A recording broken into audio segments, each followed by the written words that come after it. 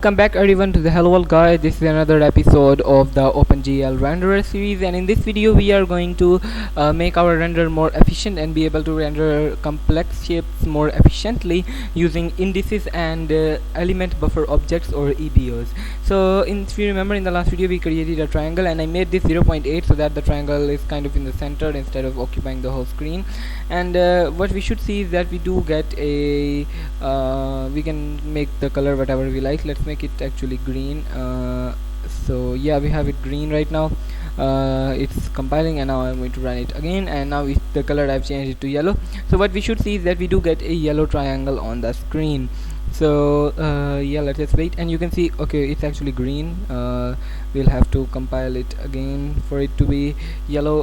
Or we'll recompile it, it will be yellow. So let me just recompile it, and you can see that we do get a yellow triangle on the screen. So if I just let it compile, you should see that we do get the yellow triangle on our screen.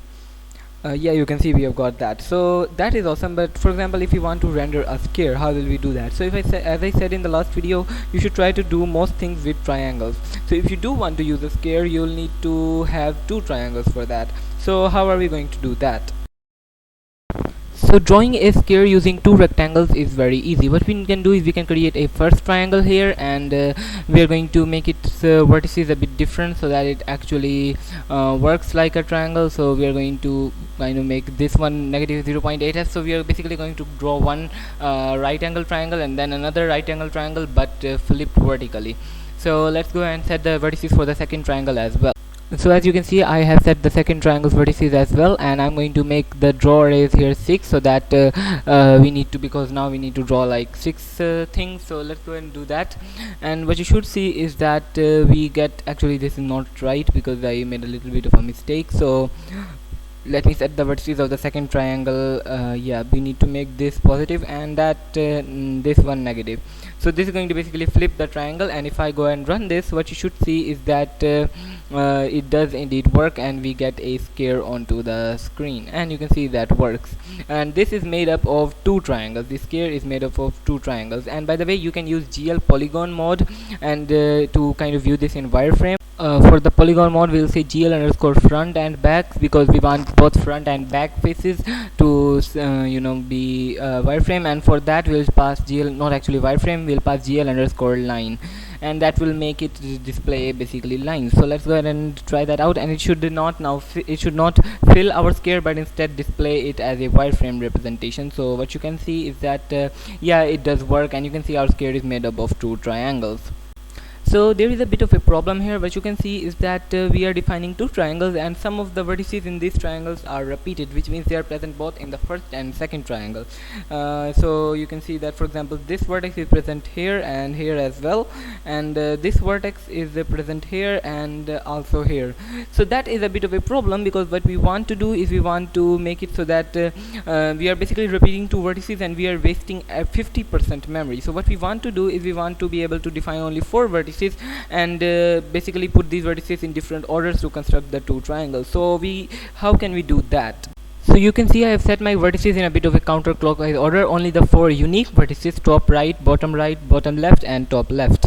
And we are going to create another array of unsigned integer or uint32. We can create an array of that, and we must make sure that the size is exactly 32 bits, and we'll create its indices, call it indices, and we'll basically use this to define our faces. The indices correspond to the index in the vertex array.